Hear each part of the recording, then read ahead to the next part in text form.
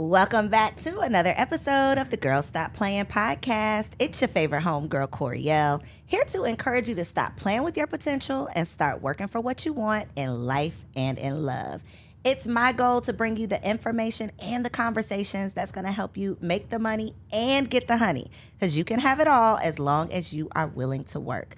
And now, you know, it's always a special occasion when we got the fellas in the studio. Y'all love getting into the mind of a man, and that's what we are going to do today with the brains behind the Smooth and Groove brand. We got Mr. Keon Davis in the studio. What's happening? How you doing? I am so good, so excited for this conversation. It has been a long time coming. Yeah. And y'all, when I hit him up, when I slid in his DMs and told him I needed to get him down to the studio, and I told him what we wanted to talk about, what you said? Let's get it. Let's get it. Let's run it. And we are getting into this conversation. It's going to be good, y'all. It's going to get juicy. So secure your edges, secure these wigs. Okay, get your popcorn. Now it's not gonna get that juicy. It might get a little spicy, but we'll see.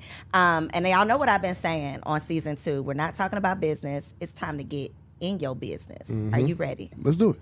Okay, so I do want to start out with the business. We'll start there, okay, to kind of ease you into the conversation, because most people do know you as Mr. Smooth and Groove. Mm-hmm. What is Smooth and Groove? So Smooth and Groove, we're a smoothie-based company. We started in Alabama about 2011. Mm-hmm. Had major success real quick. You know, we was able to partner with Army University and get on campus. We opened up a bunch of stores. Had a store inside Walmart, and then I grew too fast, too soon, with not the right structure, you know, that type of deal. So I lost, and I mean, I lost big, right? 2018, I lost over $275,000 cash, gone, right? At that point in time, it left my bank account $59,000 negative. Shut your mouth. Man, I cannot make this up, right? And so during that time frame, I kind of went through phases and stages, right? And so at the time, I was married, I had a baby girl, and we was like, you know what? Let's just relocate to Atlanta. You know, let's start over, start fresh. I was doing work down here. I was doing birthday bash and Streets Fest and all that stuff in my truck. I'm like, bro, I need to get to Atlanta. You know what I mean? And so we picked up everything. I closed all my stores down. I moved all my equipment and storage units, brought both of my food trucks down here, and then I just restarted, right? And when I restarted, I just jumped in the truck. And everything that I seen in Atlanta, right? Whether it was on Love and Hip Hop, whether it was on The Housewives, whether it was on Instagram or whatever I seen that was a staple in Atlanta, when I first moved down here, I jumped in my truck and I went there, right? And I mean everywhere from Magic City to Blue Flame to, you know what I'm saying, all to the Atlanta Loft, classics. to anything Atlanta classic. I was pulling my truck up, I was going inside, I was getting the owner, I was bringing them out, bring your employees, and I was feeding them for free, right? And at the same time when I was doing that, mind you, I was broke as ever. And I was getting in my truck, but I wanted to create the word omnipresent, right? That's all I kept hearing was omnipresent. You got to be omnipresent. So I would go to one place, I'll be there for 10. And what did that mean to you? That mean I needed to be visible everywhere at all times, no matter what, right? So when I was in my truck, I looked at it as a marketing strategy, right? Where I would go, and I remember going to the Loft and going to get Jason and all them boys in there, like, hey, y'all come outside, I got something for you, right? Giving them a smoothie, giving them a wrap. They like, bro, what is this? You know what I'm saying? Like, they done had it before. They done had products and stuff before, but they never seen anybody just pull up and give it away, you know? And so I knew in my mind that if I did that, the first thing they gonna do is this. Yeah, my boy, hey, this my boy, right? So now everybody that they following gonna follow like, who is this dude, right? And then the same person see me at their job. You know, it's like, damn, I just seen him at the gym. Now he over at the job, right? And so I kept doing that. I kept doing that. I was driving probably 30 miles, right, to make $200 and come on home. You know, I drive 35, 40 miles, come on home, right? I was doing that every single day, you know. And eventually what I did was I seen E. He had a basketball conference that he was doing for the kids. And I was like, you know what? The same way. I reached in the DM. I'm like, hey, bro, I'll come out and I'll feed your boys. You know what I'm saying? He like, all right, bet. How much you gonna charge me? I was like, I'm not, right? So I'm not gonna charge you. I'll make my money on the parents. You know what I'm saying? So when I did that, I did that joint. I came out, and E, he was like, hey, you know, ain't nobody ever did this before, right? So they expected me to give him some BS work, right? Right. So I'm like, nah, I'm giving him work like I charged him double. Giving you You top know what I'm tier, saying? Like I'm yeah. giving you top tier work. And so he like, dang, this kind of weird. Like ain't nobody ever kind of reached out and did it like this, right? So he was like, man, I got to do something for you. And so he did like a little promo video, you know, show love. They posted on their end. And one of his followers, right, I guess worked for Tyler Perry or worked in the movie industry. So I got a phone call. I'm like, hey. He like, hey, you know, I seen that we looking for a smoothie truck. We seen that you got one with E. Would you be available on this day? I'm like, yeah, who is this? He was like, oh, this such and such with Tyler Perry Studios. I'm like, huh? It was like, yeah, let's work. I'm like, all right, bet, let's get it. So then that was the initiation of me actually working in like the big time industry, getting a big time check, like working with a company that got budgets. So from there, we worked with Wild 'N Out, like anything that was filmed at that studio, like we got a phone call like, hey, they filming this, they want a smoothie truck. Can you pull up? Of course. You know what I mean? But your in was that sweat equity. Yeah. Because you weren't only, like so many people get started and they want the money today. Like I started today, I need to get paid today. Right. And in a perfect world, yes, that is great. But we do not live in a perfect world. And when you have that mindset, you're going to put yourself out of business before you get into business because business does not work like that. Right. So many people are afraid of free. So many people, I got to charge my worth, which yes, eventually you get to do that. But first you got to put in that time. You got to put in that sweat equity. And so I love that you were willing to do that, especially because you were down. Yeah, definitely. It's not like I have, you know, $100,000 budget to where I can afford to give out these free smoothies, but you used what you had to get in the door. I actually had to borrow $200 to buy a product to give it away. Like that's how that. But the thing for me was that like I knew I had a dope product, right? I knew I had a dope business. I knew I had a dope brand. I had to figure out what I was missing. You know what I'm saying? I had to figure out that missing link. And so it wasn't the product, because when I was at Auburn, I made millions of dollars selling smoothies. Like I got articles and like I was making a lot of money selling smoothies. You know what I'm saying? So like that just this just did something to my spirit to think about going from the billions of the dollars to the negatives of the dollars. Imagine that. And so like during that time, to rewind a little bit, I got so down, so depressed, I almost committed suicide and everything. Like I was so, because I was tied into my money. Right, so every morning I would my identity. Yeah, you know what I'm saying. So every morning I would wake up like, oh yeah, like yeah, let's go. You know what I'm saying. And then it went from that to like, ooh, like hold on, like so then you start robbing Peter to pay Paul, pay Luke, borrow from Luke to pay John. You know what I'm saying. And I had got it so strategic during that time frame to where when it came down to paying my employees, I knew that this employee would come get his check on Friday. Right, this girl was coming as soon as checks was available, so I had to make sure I had hers on deck. I knew the other girl was gonna come on Wednesday to get her check because she wasn't really tripping. Days. You know what I'm saying? So I was writing checks for them on Wednesdays. I was giving her cash on Fridays. I was turning around and, you know what I'm saying, because I knew I had a couple of days, so when they came, let me go ahead and change that check out for cash, you know what I'm saying, because the account was jammed up. You know what I mean? So I had to learn how to just figure stuff out and maneuver my way around it just to try to stay open. You know what I mean? So the added layer of toughness for men, especially for you at the time because you were married, right? So you had the extra responsibility of, I don't just have to make sure I'm okay. I got to make sure my employees are okay. I got to make, my wife is going to be looking at me for something. Crazy. Even if she knows what my circumstances are, there's still some responsibility that I have for other people, which as a woman, thankfully in the proper order, right? I could slip a little bit because my husband is covering me. But when you are the husband and you have that responsibility to cover your family and you don't have it, I cannot imagine what that has to do, mentally, and spiritually, just how that, could affect you. What was that time like when you had someone to answer to at home? Well, it was, it's different, right? So like now me thinking back on it, and understanding my current situation, my current relationship, it was just completely different. You know what I'm saying? And so from there, it's just more or less, it's like, nah, we good. You know what I mean? Like, hey, I know how you feel, I understand, but we good. That wasn't the case then. I was going to say, did you have that understanding? Nah, that wasn't the case then. Not at that time, it was more or less of like, I told you so. You know what I mean? So feeling that pressure and this pressure and that pressure, and like it was so bad, Coriel, that like I used to go to the mall, right? I used to walk around the mall just to hear how good of a job I was doing.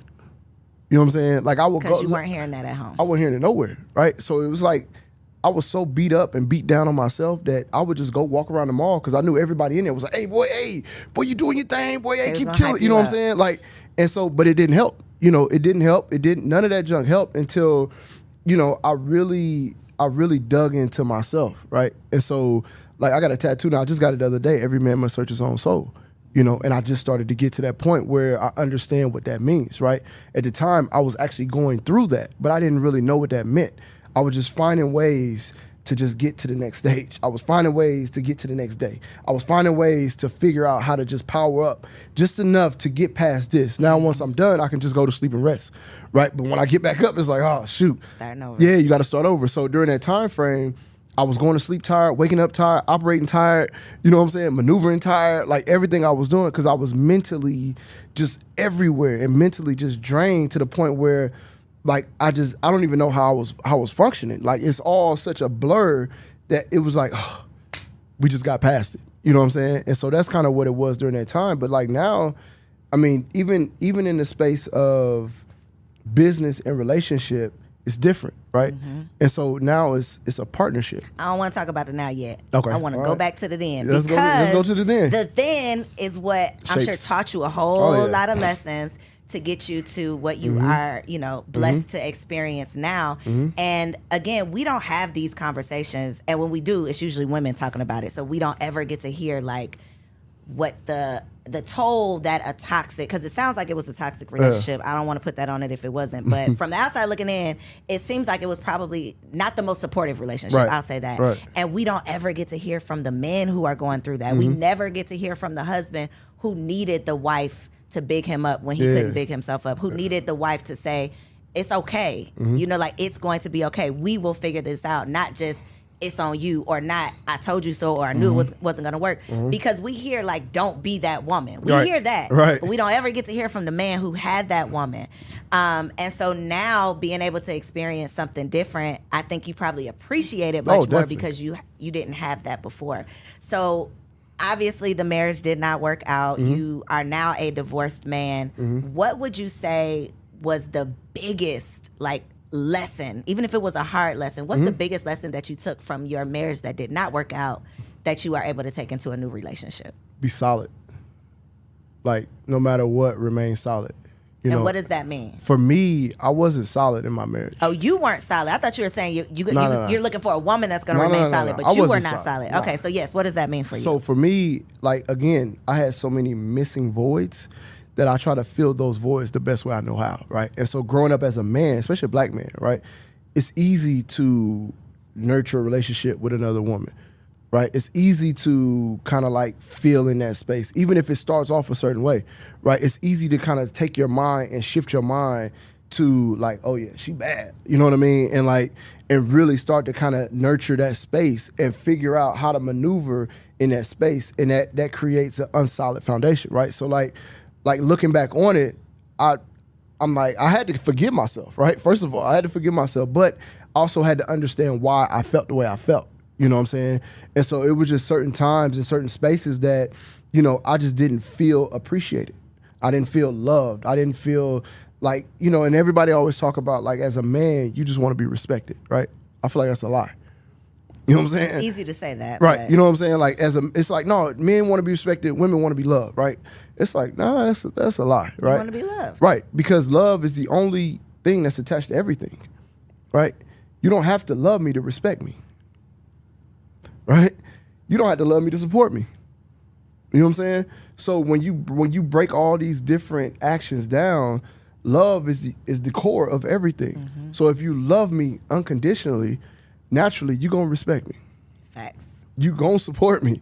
You know what I'm saying? Like, those are just things that are intangible that you're going to do when you love me, right? So to say that men just want to be respected, it's like you missing a whole bunch of other stuff. You know what I'm saying? And so you feeling so it's almost like just like a cycle. It's like, I'm not supported, or we're not on the same page, whatever that means. Right. Today, we're not on the same page. And because we're not on the same page, I'm dealing with us not being on the same page the way I know how. She's dealing with it however she knows how, and the house is crumbling. Right. So what do you think, or from your perspective, what was like the final straw? I think the final straw was just like the decision. You know what I'm saying? I think we both knew it. You know what I mean? But it was just... So who pulled the trigger? Well, she pulled the trigger, of course. But like, I think... Is it of course? Even though it's like 80% of divorces are filed by women. Is Right. that why you say, of course? Yeah. I mean, most women. So you weren't gonna pull the trigger. You were just gonna suffer forever. I would have. The type of person I am, I would have tried to like just make it work, and then just try to do whatever I needed to do to fulfill my cup, right? But that wasn't going to work, and so things happen the way that they're supposed to happen.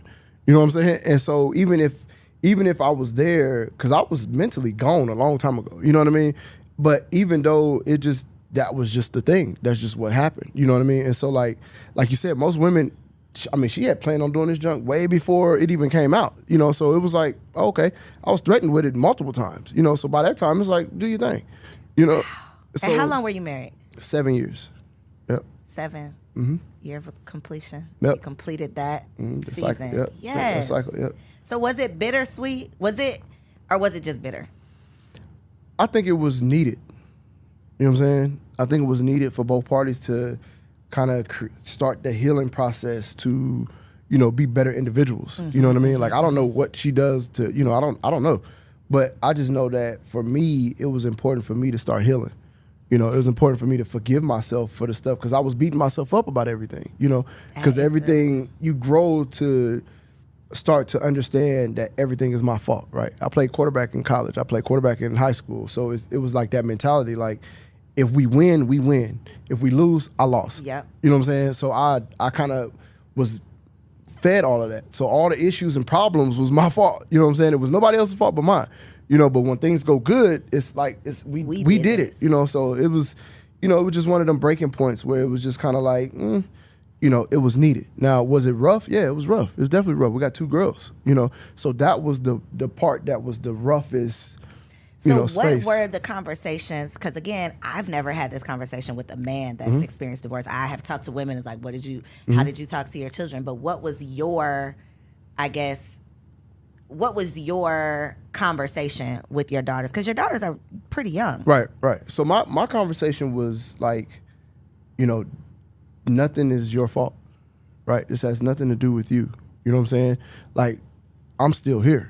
Like, and I was like, I'm an intentional father, right? I'm not like she just like, I'm very intentional because I didn't have mine, right? And especially for little girls, knowing the importance of their dad in their life, right? So I was very intentional, even from like taking them to school every morning. Like that was a thing that I loved to do. Like that was something that I wanted to be able to do, is to, like, I want to take my take my kids to school. You know, like I want to create that type of freedom to take my kids to school. And so on the way to school, we listen to affirmations, right? I empower them, like we're super energized, like we're going to kill today. Like that type of conversation is what we're having in the morning. Even, you know, before you go to bed, you know, we're going to read the book. We're going to take the bath. We're going to, you know, every chance that I can. That was what I was doing. So it was even to the point where, you know, when it got bad at the house, I would leave my spot, go give them a shower, put them in the bath, put them in the bed, and then I would leave again. You know what I mean?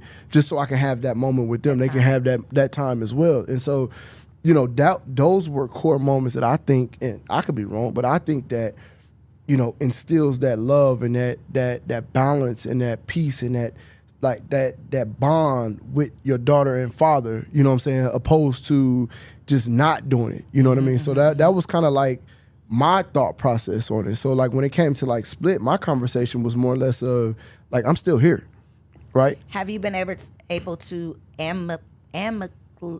how do you say that word? Amicably?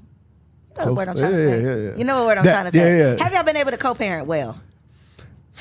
That's different. It's sometimey, right? And I think it's sometimey because it's situational, right? So when it's on their end, it's like, hey, you know, I was thinking, you know, when it's my end, it's like, nah, we got to go by this. We agreed to, yeah. You know what I'm saying? So that's kind of the, you know, it's always a pick and choose, and it's always a one-sided benefit, you know. And I had to learn that, you know, again, the type of person I am, I'm a giver. I'm like, all right, cool. I'm gonna always be straight, right? I'm gonna always be good, you know. And so I'm always like, all right, cool. Whatever's easiest for, you know what I'm saying, do that. But it's been putting me in bad positions because I've been like that. So I had to change that, you know. And once I changed it, it became a different dynamic. You know, it's like, some boundaries. It's like, hold on, all right. You know what I'm saying? I still try a little bit, but it's not as much as I have in the past. Yeah. And I'm able to recognize the strategic, when you're being taken advantage of. You know what I'm saying? I'm able to recognize it now. And then my lady, she's like, no, we're not doing that. You know. Yeah, so let's talk about the new. Let's talk about the new. Let's go. Let's go. He like, we out with the old, baby. We in with the new, baby. Okay, so as a once married, divorced man, my first question, do you want to get married again? I will. You will? I will, yeah. Do you want to get married again? Possibly. So my interpretation of what you're saying is if the woman I'm with is like dead set on marriage, you're willing to do it, but marriage is not necessarily like you feel the need that this is something you need to do again. So we talked about this, right? Okay. Me and my lady talked about it. And one of the things that we talked about is there's a difference between marriage and commitment. Facts. Right? So there's a lot of people that are married that's not committed. You know what I'm saying? So we're committed. You know what I'm saying? And not just committed to each other, but committed to ourselves.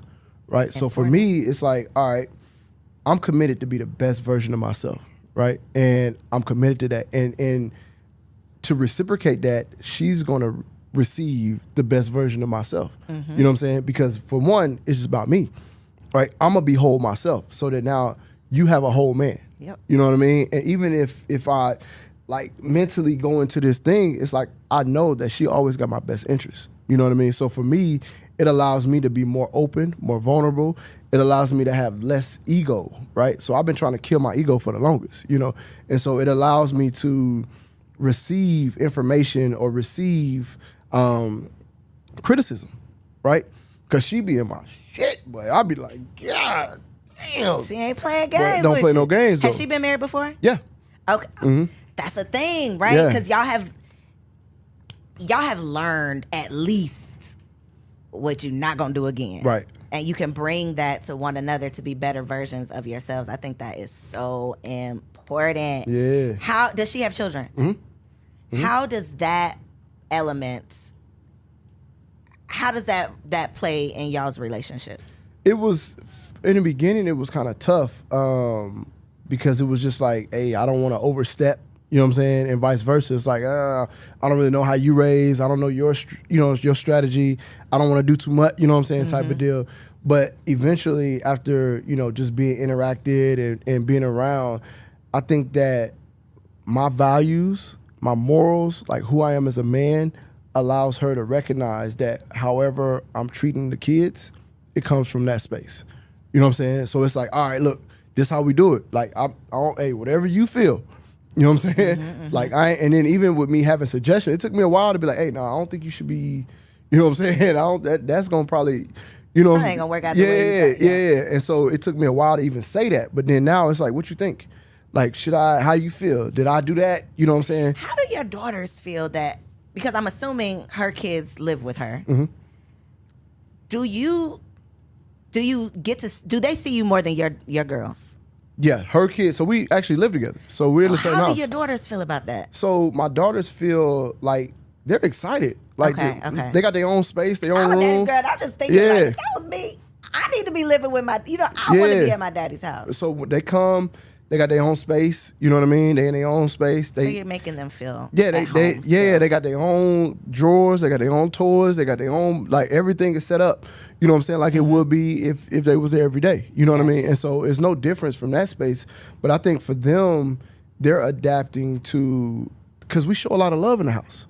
You know what I'm saying? Like it's wait a minute. Yeah, like I've seen my daughter. One day I was kissing my lady. Like I come in, I hug and kiss everybody.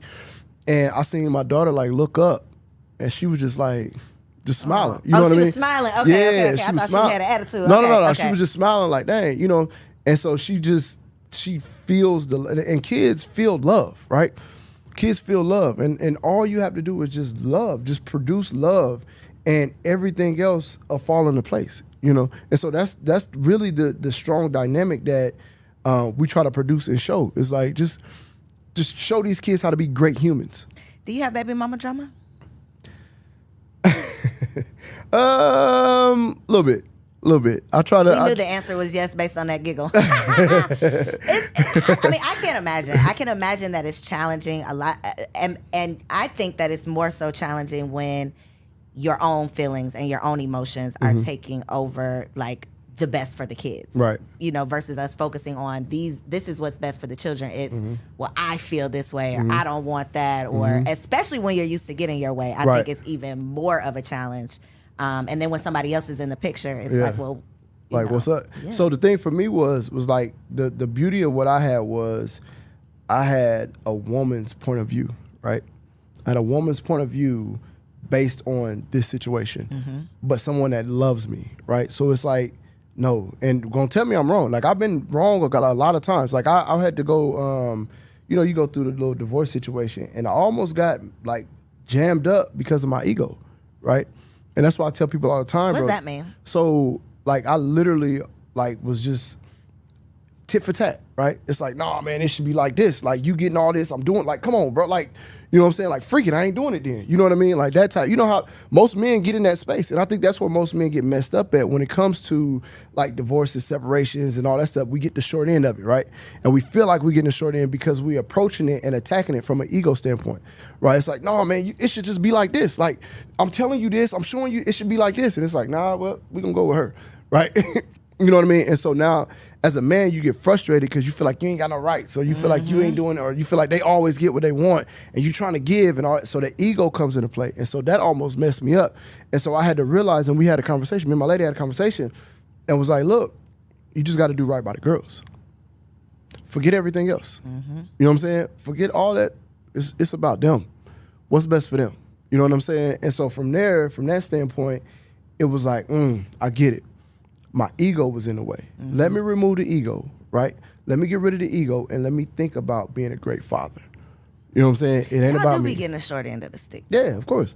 But it's not a, and I will say this, right? And I'm a strong advocate for us, and I'm a strong advocate for understanding, but at the same time, we put ourselves in that position, right? As men, because one is most women, majority of women are very strategic, right? Very strategic. Most men, we're not approaching things with that strategic manner. You know what I'm saying? We kind of figure it out as the situation come along. It's like, all right, we need to deal with this, right? Most women have already figured out every space before it's even brought to your attention. Got a plan. You know what I'm saying? And so now when you do that, go back to what we was talking about earlier, we dealing with so much other stuff, right?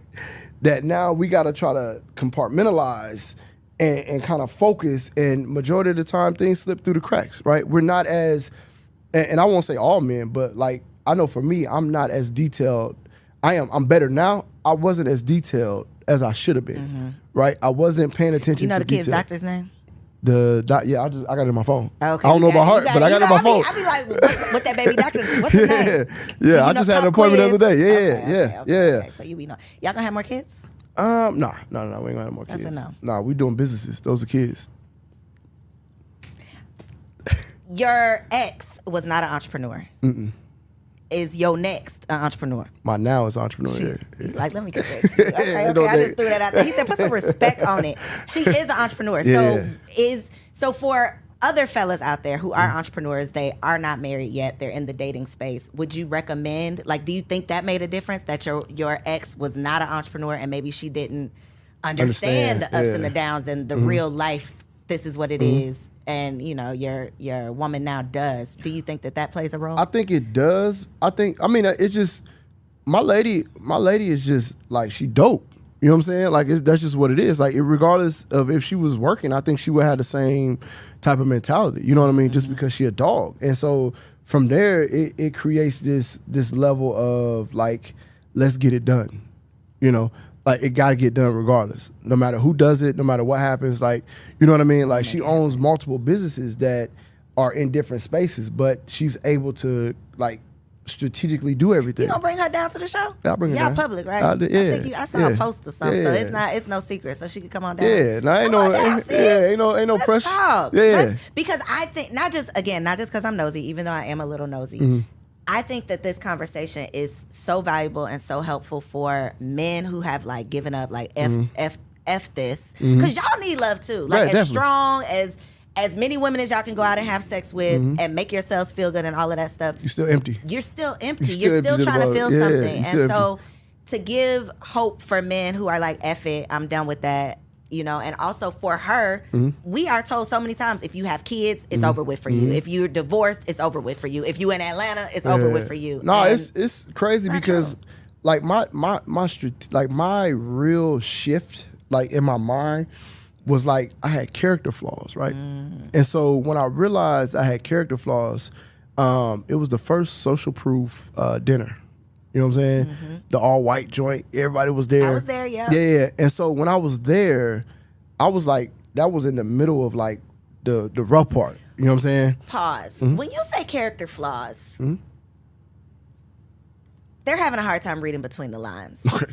What are you saying when you say I had character flaws? Well, I just had character flaws. Like I wasn't solid. Like I don't think that, I mean, I was in hunt mode, so to say. I was a hunter. Say I was in hunt mode. You know what I'm saying? Keon, tell them what you mean. I was in hunt mode. He was a dog out here in these streets. Yeah. Okay. The streets was calling my name. The streets was calling. You were answering. Okay, got you. And so, but for me, what really got me was, like, I'm a businessman, right? And I'm in this room full of business owners, right? Full of people that's dogs in whatever lane or perspective lane they in.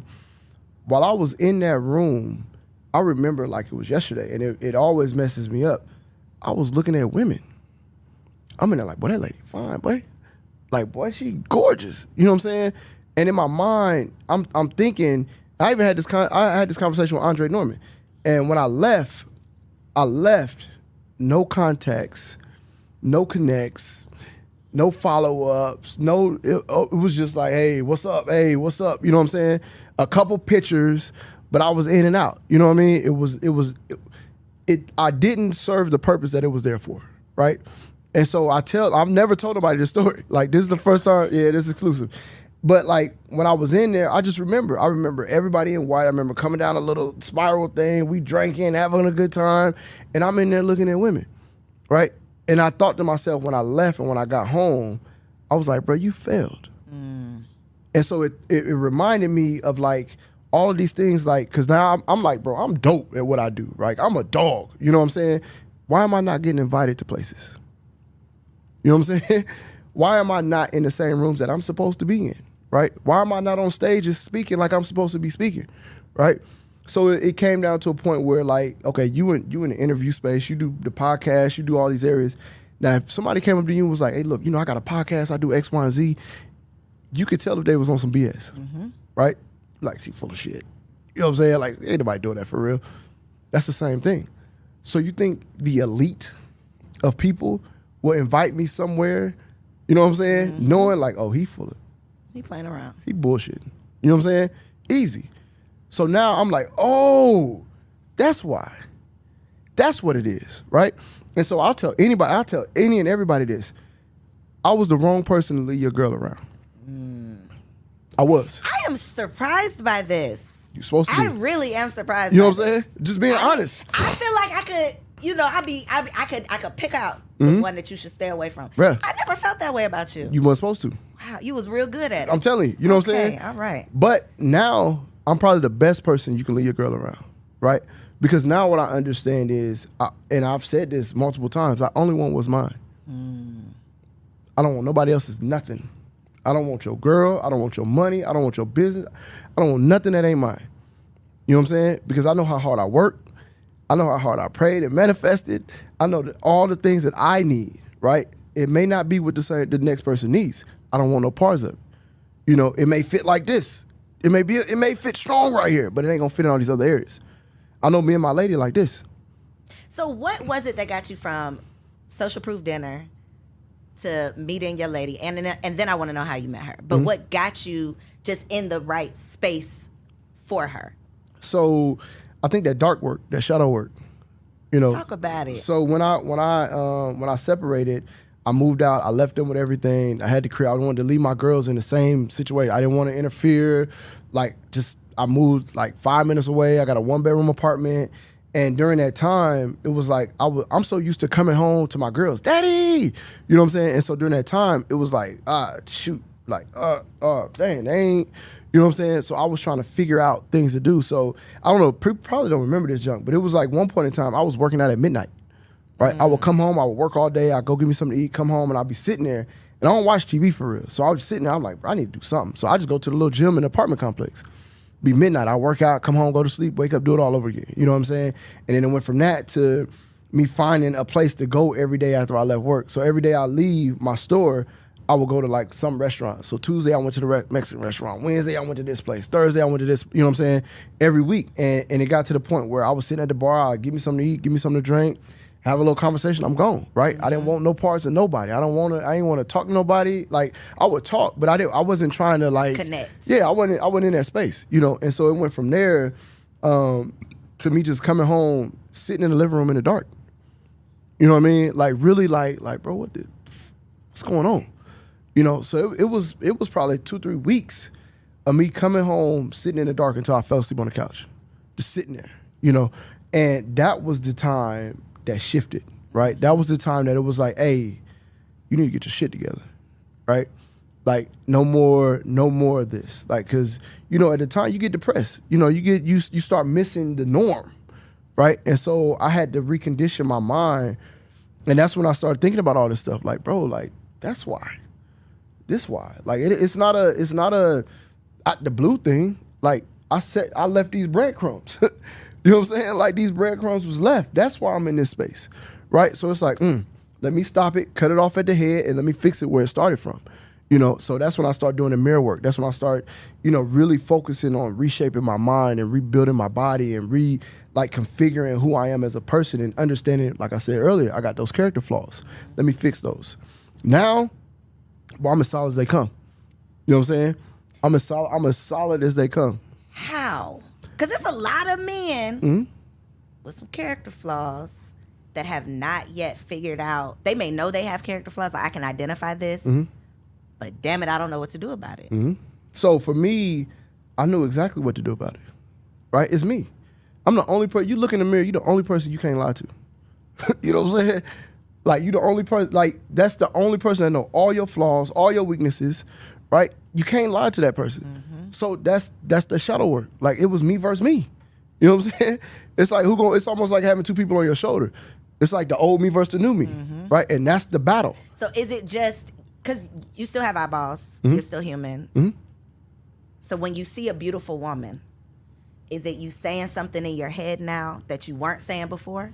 I don't or even if you're not even, your lenses are different. Like, I'm not even seeing, you're beautiful, but I'm not seeing you in that light. You're not somebody in else's. that box. That ain't my lady. You know what I'm saying? It's as simple as that. That ain't my lady. It's just that simple. That. You know what I'm saying? Like, it's just, I mean, it's literally that simple. And no matter who it is, what it is, how it is. And that's one of the things that gave me so much strength was that there's not one person that can make me do something that I don't want to do. These are facts. You know what I'm saying? Like, I don't care who you are. I don't care what you look like. I don't care. Like, that's not mine. You know what I mean? And so I always have that notion and that understanding. That ain't my woman. So in raising daughters, there's so much conversation around like how we raise our black girls. You know, Kevin Samuels, may he rest in peace, his whole thing was like, black women are not raised to be wives, which is one thing that he said that I did agree with. The thing that he would say that I didn't necessarily agree with was that we should be okay with our husbands having multiple women. That should not necessarily be a deal breaker for us. It should almost be an expectation. With you living on both sides, right? Who you were before, who you are now, and you're a father to 2 girls. What will you teach them about how they relate to men, their relationships? I'm going to be their example. You know what I'm saying? So for me, it's not even about, like, everybody got their own preference, right? You know what I'm saying? I can't knock somebody for how they feel. That's them. My lady said all the time, monkey circus, right? Not my monkey, not my circus. You know, it's cool. But for me, like, I know that relationships and I know that connections and partnerships, that's a spiritual bond. You know what I'm saying? That bond is sacred. You know what I mean? And so, like, for me, I don't want what's not mine. You know what I'm saying? And so that's the thing. Once you find yours, it feels different. Everything is completely different. But if your daughter comes to you, she's in high school, and she's like, yo, I really like this guy. We've been going together, but I think he's dating somebody else, or he likes somebody else. I'm going to have a conversation with him. With him? Yeah, hell yeah. Well, but he's gone. Now she's in college. So the conversation with her, what is the conversation? What are you teaching her that she should accept in relationships? So in relationships, it's going to be the same. Like I said, I'm going to be the example. Your man should be solid, right? And one of the things that I think that I never got, and I wish I would have gotten, was a conversation with the woman that I'm with's father.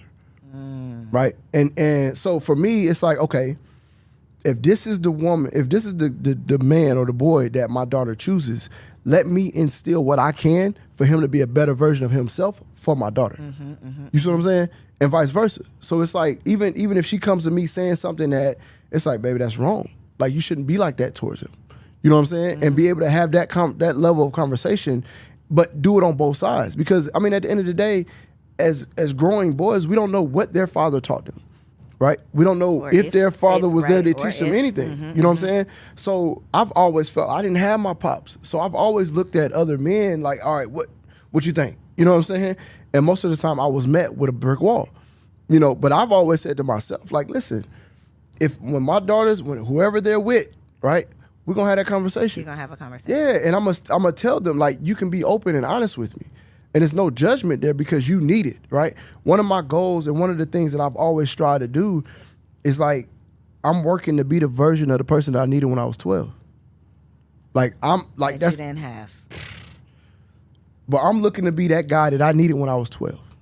So, of course, when it comes to other kids or other people or other men or whatever, that version of me is going to help so many other people. Facts. You know what I mean? Because, again, you can see that I'm solid, right? And I don't know who else is solid. I don't know, but I know for a fact, like, that in itself creates a freedom that I've never felt before. You know what I'm saying? Because you just operating with a different, you showing up different. Yeah, it's like, hey, I'm good. I'm good. Ain't no pressure, ain't no smoke. You know what I'm saying? We can high five, we can bound it out, but ain't no smoke. You know what I'm saying? So it's never, and it's even like, you could go to the bar, buy drinks, have a good time. Like, bro, I'm out. Y'all get home safe. Like, that's it. You know what I'm saying? Like, no smoke at all. So how did you meet your current woman? So I met her at, Because we're in Atlanta, where they say it ain't no good people. Yeah, I met her in her wine bar, right? So I actually came to her. I was invited to her wine bar by some friends of mine, some women that was in there, and they was in there drinking. And again, I'm turn up champ, right? I'm gonna get you there. You know what I'm saying? So we was in there. She got a wine bar. They messed around and gave me the music. You know? Right. I'm in there. They got them dancing and twerking. And, he was the DJ for the night. Yeah, I was killing it. But then she was like, shut that junk off. Like, because she had left. So she was like, turn that music. It's a wine bar. We need to be. And so she remembered me from that, right? And then one day we was at a restaurant. They do like a little joint that was going there every Thursday, right? Mm-hmm. What's your Thursday spot? My Thursday spot. So I go there. I'm gonna tell you, if somebody wanted to take me out, they knew where to find me. Every week. They knew where to find me at, like clockwork, right? And so I was at my spot and I was sitting outside and I always wear my hat back. And I was on the rail talking to one of my partners, and she walked past and she was like, hey, Mr. Smoothie, man, like that. And I looked, I was like, whoa, shit, like that woman is fine. Like, well, who is that? You know what I'm saying? So I know all my customers. I know all the people that I do, you know what I'm saying? I'm like, what's this lady? And so I seen her business partner walk up behind her. I said, that's the damn lady from the wine bar? Like, God, you know? And so we're in the spot. They had like a little concert going on in the restaurant. And whoever was there kind of invited her to the stage. Like, they brought them there. They wanted to do some work at her spot, so they wanted to show them how they get down. So I'm eating, and I see her. And I'm like, boy, that woman is fine, boy. And so I seen her on the stage, and I happened to, like, look at her and smile at her. And I'm like, boy, you better leave me alone, boy. Like, go on now. I ain't with this junk, like, you know what I'm saying? And then I seen her again, smiled at her. So after the whole event was over, I went on stage. I was talking to her friend. You know what I'm saying? She knew I was up there, but I was talking to her friend, and so we ended up leaving, and her wine bar was right where my smoothie shop was at. And so I think the next day or so, she came by and was like, hey, where your owner at? So my guy called me and was like, the lady came by and stopped by. The lady came by looking for you. Yeah, so I'm like, all right, who was it? Just tell him I'll be, you know what I'm saying? It was like the lady from the wine bar. So I was like, all right, cool. So I went over there to see her. She was gone. So I'm like, God dang. So then the next day, it happened again. But we ended up meeting at like in the middle. It's like a little Mexican restaurant by the spot. So we ended up meeting there. We was talking. I mean, we probably talked for like an hour, just chopping it up. You know what I mean? And then we left there and went to her spot. And then we went to another spot that night. And I mean, literally was just talking and just vibing. You know what I mean? It wasn't no pressure. It wasn't nothing like that. And we left there. And we actually coming up on our anniversary too for a year. We left there. And then that day, like, we hadn't spent 2 days apart. We've only spent 2 days apart since that time, and it was because I went home, took a shower, fell asleep.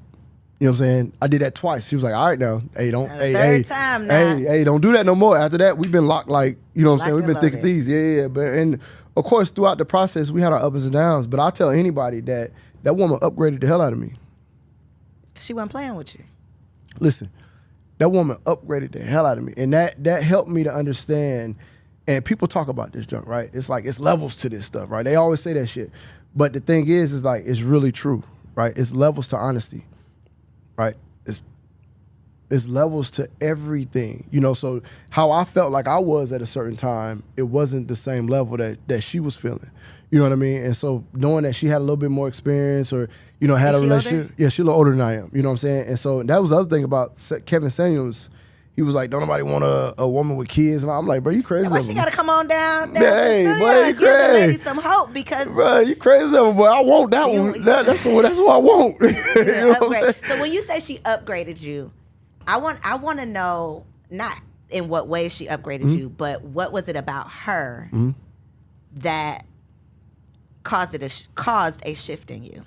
I think it was just who she is as a person, right? She'll give you whatever. Like, we have the same like mentality. We have the same thought process. Like, we have the same goals and didn't even know it. You know, like one of my goals has always been 5G, right? I say all the time, 5G. You know, and they're like, what is that? I want to make sure that I leave 5 generations. You know what I'm saying? Her thing is generational wealth, right? So she want to make sure she got the same type of, you know what I'm saying? Like, in a couple of years, like I've always said, when I turn 40, bro, I'm giving my driver's license back. Like, you can have them. I ain't driving no more. You need a driver. No, I ain't driving no more after that. You know what I'm saying? Her thing is now, shit, we finna be bi-coastal. Like, we finna move out of the country. You know, she getting a helicopter license right now. Y'all ain't playing. Nah. I gotta meet this lady. Yeah, she sound dope. She a dog, bro. She a dog. You know, I love it. And so from there, just understanding.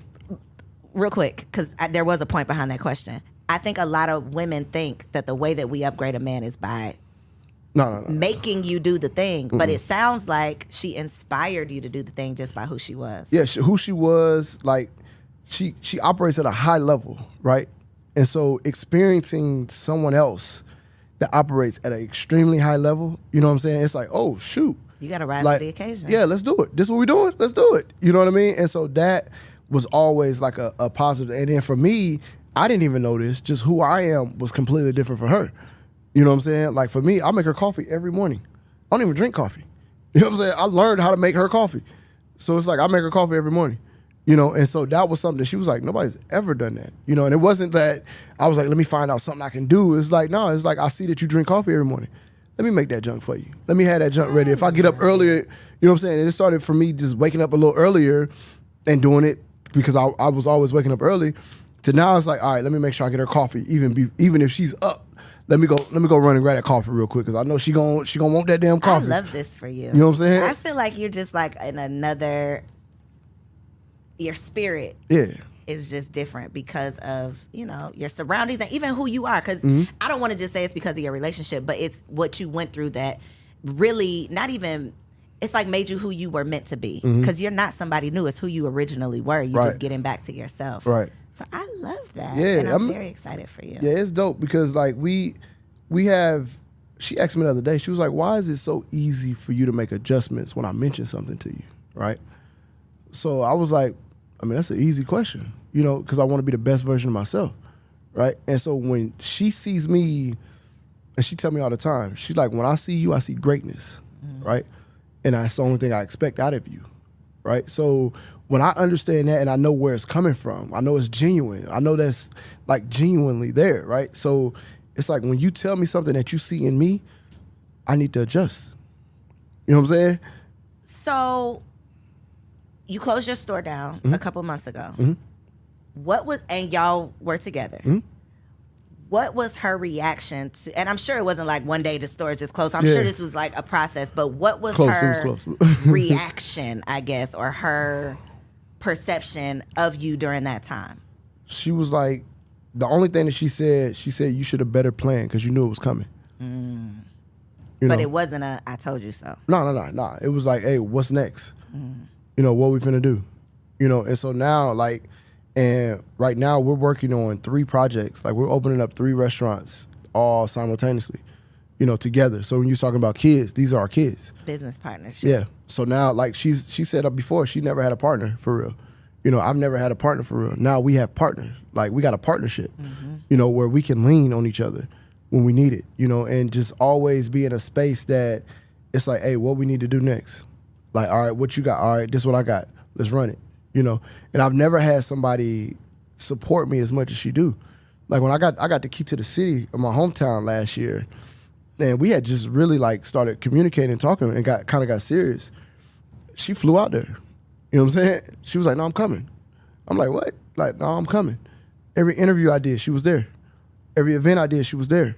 Even she's even moved stuff around so that she can be there. And I'm like, damn, this woman is at everything I do. Priceless. You know what I'm saying? And that right there, it gives for a man. Put that battery in your back, baby. Well, I run through a brick wall. I know what it do. I'm talking about full steam, right? So like as a man, to have somebody believe in us, I'm telling you that you talking about a Duracell. Like to know that this woman believe in me, and she like, what? Say no more. Say no more. I got it, baby. Say no more. Say no more. I love it. So inspiring, y'all. Fellas, get your ish together, okay? Because when you get your ish together, you can live happily ever after like Keon, okay? Where all of the pieces, and this is the thing. It's not that life is going to be perfect. Nah. But it's your perception of things is like the lens by which you're looking at life is just different. Everything is not a problem. Nah. There's a possibility, right? Nah. Yeah. You got to get that ego though. That's the biggest thing I think for men is like understanding the ego, right? And when it comes to relationships, like the only time I really bring my ego out is when I'm either like playing sports or like competing or like doing something like that. Other than that, there's no reason for me to have an ego, right? So like when it comes down to my lady, I don't want an ego with her, right? She sees things differently than I see them. You know what I'm saying? Her experiences are completely different than mine.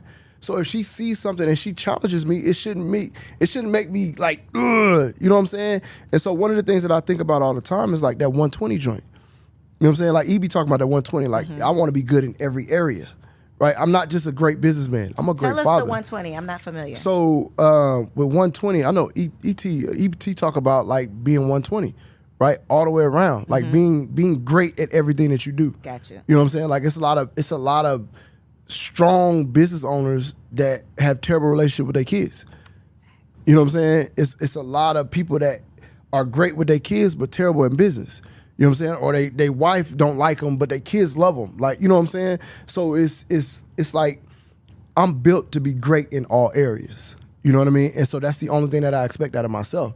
It's like I'm going to be a great friend. I'm going to be a great spouse, right? I'm going to be a great son. I'm going to be an amazing father.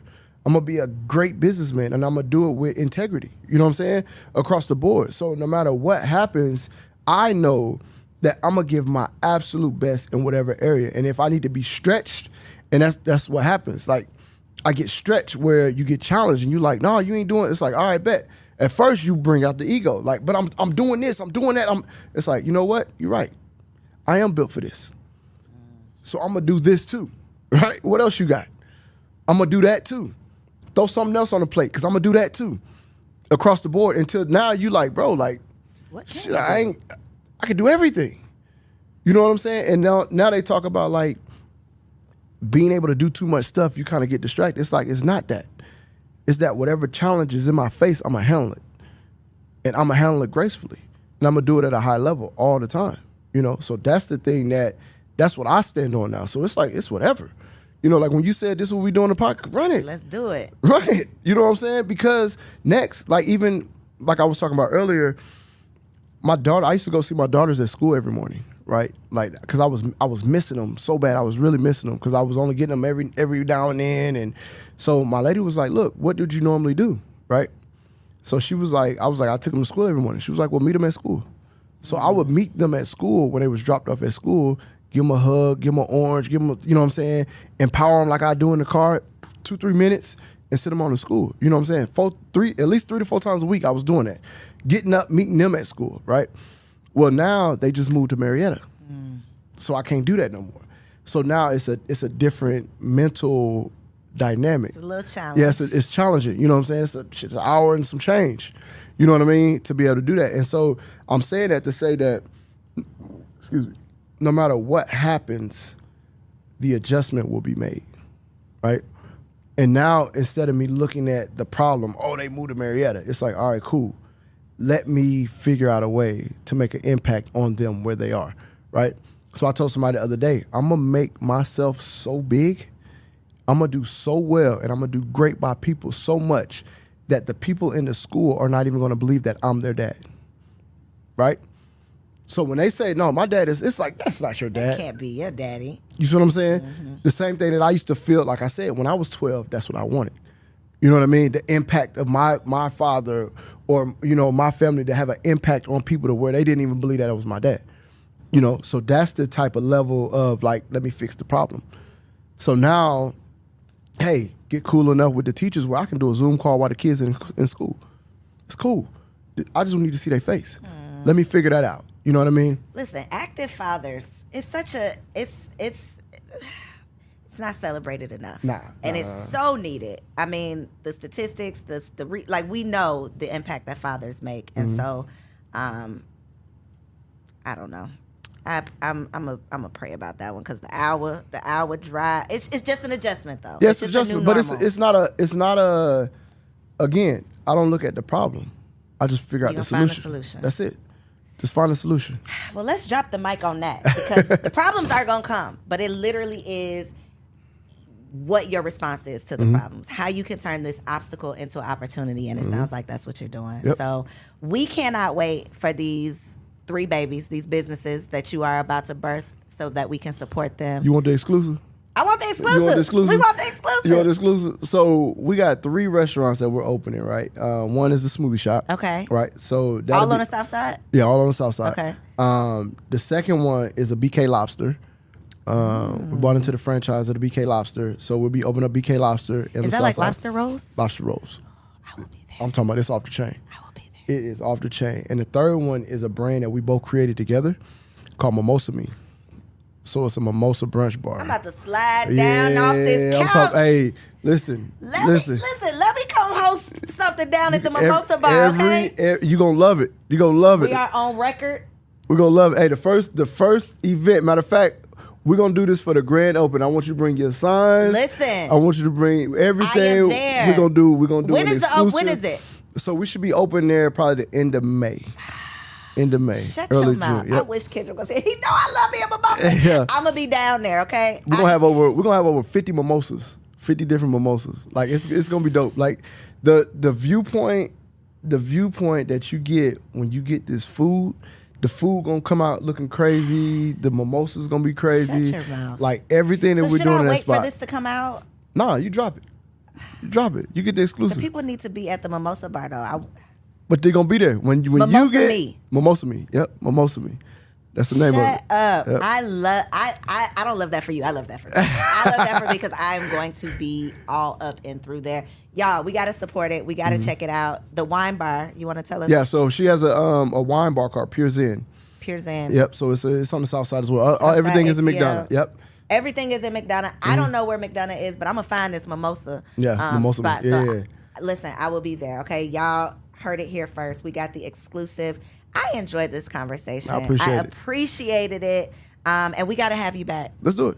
With your lady. That's gonna be hard. She don't like the camera. She don't like the mic. Come on down. Hey, listen. Tell her I will make her feel comfortable. She will probably be in the back. She will probably be sitting back there. If you get her into the studio, I'll get her onto the couch. All right, say that. You heard it. You heard it. You heard it. I really am being intentional about having these conversations with couples also because again there's so many like nuances to relationships, especially to Black relationships that we just don't talk about. And even me and Kendrick, we're always talking about the fact that we want to be around people who actually like each other, people who love each other, people who are solid, people who are solid, so that we can keep it going. So I appreciate you. I know y'all have enjoyed this conversation. Make sure y'all comment down below and let us know something that you learned, something that you took away, something that you want us to talk about next time. Like this video because apparently YouTube really cares about likes. So like this video, subscribe to the channel, and I will see you on the next episode.